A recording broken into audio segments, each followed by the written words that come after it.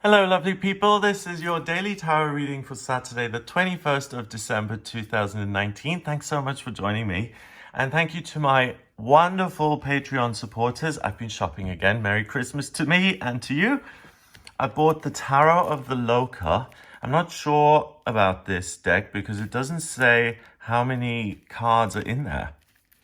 And it's kind of like a card game. So we'll see about that one. Then the White Sage Tarot, which must have been around for a while because they only put really old ones in the tins, or really ones that are continually in print. You see, that keep selling. They put in tins. But today I want to use this one, the Light Seers Tarot. I've heard a lot about this. Have I? I have, yeah. It seems really familiar. Let's have a little look-see. So you guys always get to see how these look. It's good. This could be like an unboxing channel if you look at all the different videos. Okay, so let's give them a bit of a shuffle. And also, when I get new decks, I try and connect with them in some way so that I feel like the cards are an extension of me. It's interesting actually, if you do Reiki, you notice that you pull this energy into your crown chakra, right? And it goes down your arms and the energy comes out of your hand chakras. So when you're getting in touch with a new deck like this, both of your hand chakras are receiving the energy of the cards. In this case, it's just nothing because they haven't been charged yet, so to speak. So you really just pour yourself into them, or it's just gonna be a relationship of some kind, so you feel connected to them. That's I don't know, for me that's why I keep doing these daily readings, I suppose, because I do feel a connection. So let's have a look. Wow, these cards are very modern. Too cool for school. Okay, let's see. This is really modern. I like it. We've got the Six of Swords, and she's on a journey. The crows are actually pulling her boat. She's got her luggage. There are no swords in sight.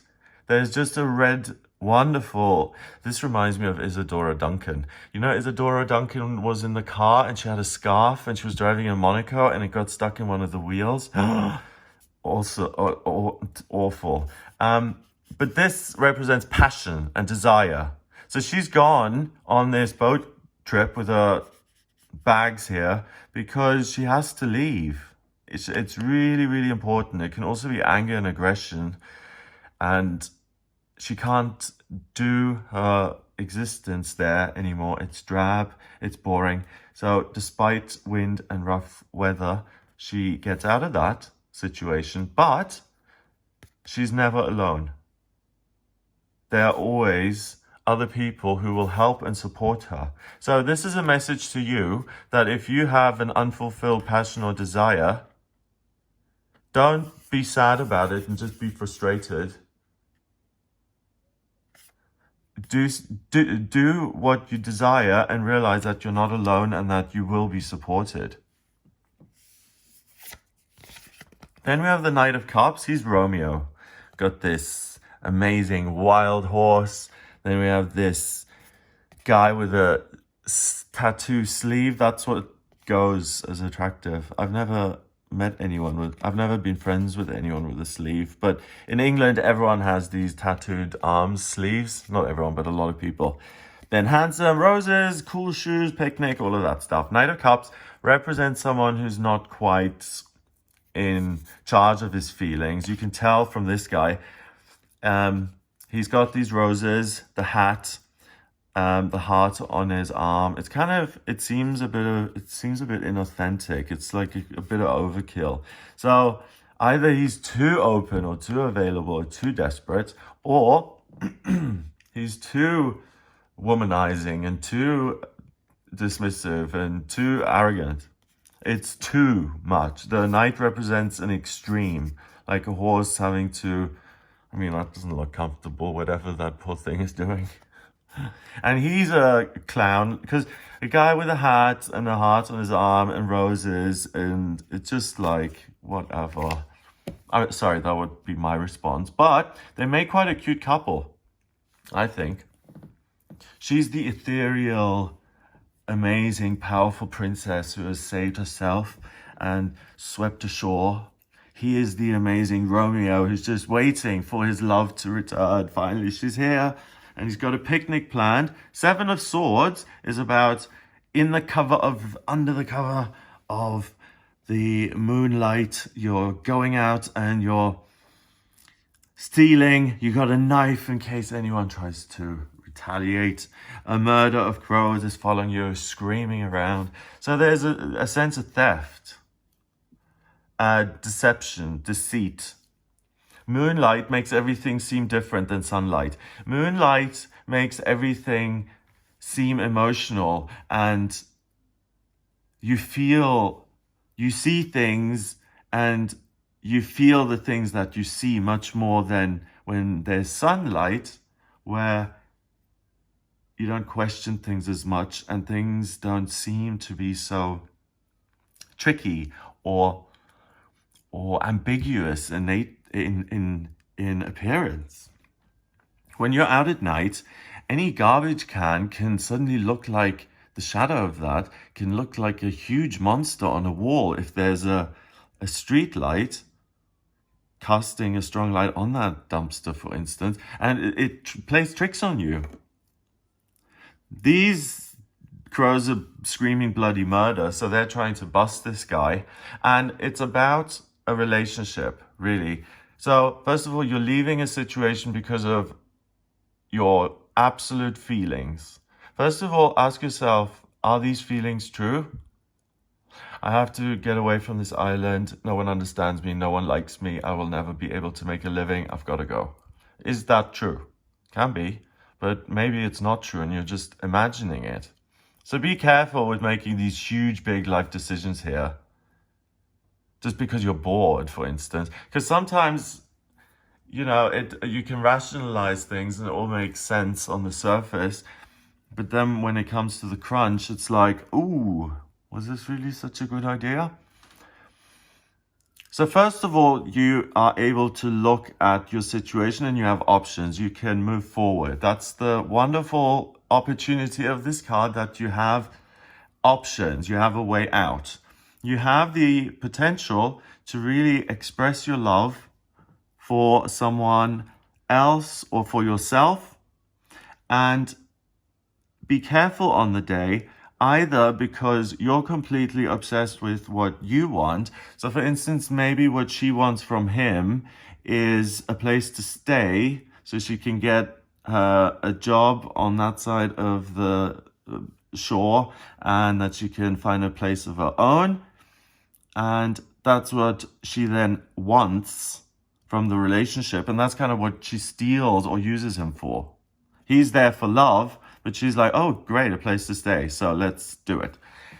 Let's say he wants to be seen as a real man and he wants to have his ego stroked. That's his theft.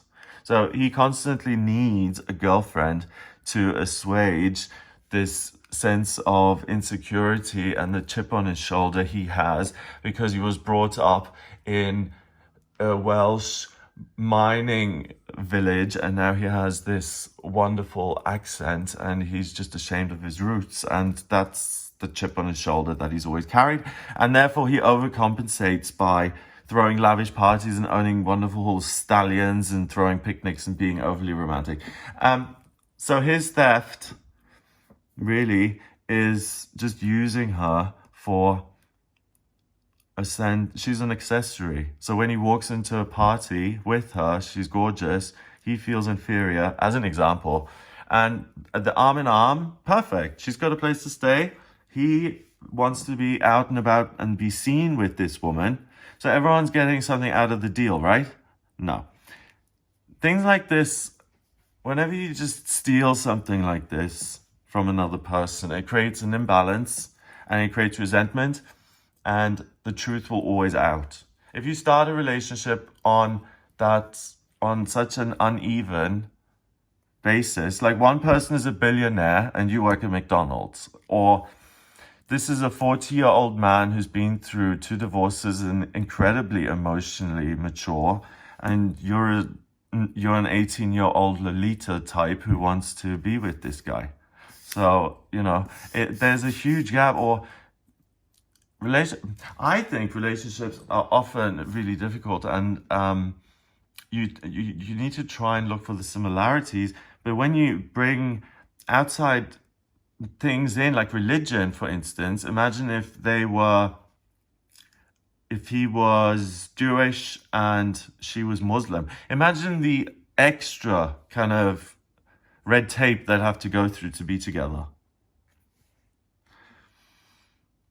Okay, so it seems like you need to steal something because you haven't got enough. So you feel uneasy today, you don't feel good enough about yourself, and that's the root of the problem. So change that around by looking in the mirror and saying, oh my God, Sandy, that's my name, you are the best. Thank you for keeping me alive for as long as you have. You're amazing. You're the best person in my life. Thank you for always being there with me for my life.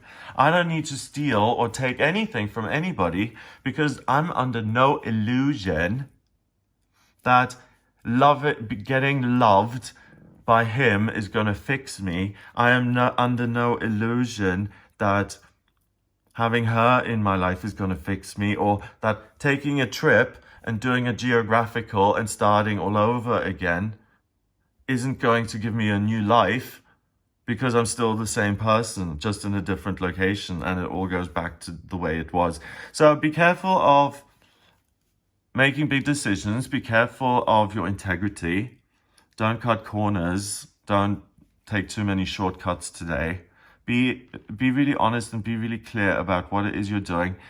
Things may seem one way and be another. And don't do anything to another person that you wouldn't like to have done to yourself. If you stick with that, you can't go wrong today. What are the best things about today? The best things about today is that you're incredibly tuned into your emotions and you know what it is you need. So you're able to identify your own needs, and rather than jumping in and making immediate decisions, be creative. Write these things down, mull them over. I have needs for relationships. I have financial needs. I have the need to pay for shelter and clothing and food. It's realizing that you have these things as a human being that you simply have to accept and that are part of you, and rather than resisting and fighting yourself and feeling like there's something damaged or fundamentally wrong with me, that kind of thought needs to go immediately. Okay, you're perfect right now. You're sitting there watching this video. You right now, as you are, you're exactly in the place you're meant to be. You're on the perfect path of your journey. You don't need to steal anything from anybody or put on a show or pretend or escape, or you don't need to do any of that. All you need to do is look at what my needs are. How can I fulfill those in the long term? And today I'm going to get those in order. I'm going to think about it and I'm going to see how I can make that happen. But I'm certainly not going to rush off on this romantic picnic and then a horse ride afterwards, and I'm certainly not going to change my whole living situation around because I feel very strongly today. There's red in these 2 cards. There's no red here. So all this passion, desire leads to you potentially acting in a way that is not honest. It's deceitful or manipulative or harmful. Okay? Me isn't accurate. There are 7 billion other people on the planet. Yes, you have desires and needs. Yes, you have a right to have them met, but not at the expense of other people. And that whole lack mentality has to go anyway, because the ocean, there's enough for everyone to go around. And there's enough joy and love and passion for you in the world. And you don't need to take anything from anybody. That I really, if you drill that into your head today, you approach the day with the opposite kind of energy. You see things clearly, you know that you're fulfilled, you don't need to scream bloody murder, and then you can have wonderful interactions with these two people and possibly even help them get clearer on their path. Help him stop being such a poser and stop her being so unwise by looking at her feet when she's supposed to be steering the boat. So, numerology, we have 6 and a court card, that's 1, so that's 7. 7 and 7 is 14, 1 and 4 is 5, and 5 in numerology is freedom. So you have freedom from your own desires that torture you. We all have these things sometimes that we feel we need, and then it's like, but do I really? No, I don't really. I am going to chill out. I am going to look at what I've got that makes me happy right now. I don't need to position myself immediately at the beginning of the day as I have nothing and I need to be fulfilled. No, you have everything and you're perfect and you're perfect. And when you realize that, you can liberate yourself. Not just today, but once and for all. So have an amazing day. If you would like a personal reading with me, please get in touch via my website. It's gregoryscott.com. Click on the button that is on the front page. So you just go to gregoryscott.com and there's a book your reading now button. Click on that to order your reading with me. In my personal readings, I use the tarot, I use astrology, and I use numerology in my personal readings. I can answer any questions you have about the future or your life or what you're supposed to do work-wise or what your life purpose is. So if you do have any questions, please do get in touch with me via the website. If you like this video, please share it online and hit the subscribe button. Have a glorious day, and I'll speak to you tomorrow.